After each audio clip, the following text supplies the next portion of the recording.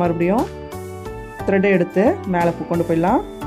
மேலே கொண்டு போகும்போது பஞ்ச் பண்ணி மறுபடியும் அதே இது ரிவர்ஸ் வந்துடணும். ரிவர்ஸ் வந்துட்டு சென்டரில் எங்கே எடுத்தோமோ அங்கே வந்துட்டு லாக் பண்ணிவிட்டு மறுபடியும் கீழே கொண்டு வரணும்.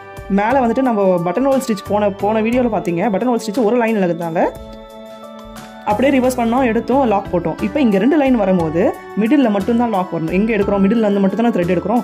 மிடில்லேருந்து த்ரெட் எடுக்கிறோம்னா மிடில் மட்டும் தான் லாக் வரணும். மற்ற 2 இடத்துலையுமே ரிவர்ஸ் கொண்டு வந்துடணும். அப்படியே ஓகேவா? புரியுதுங்களா?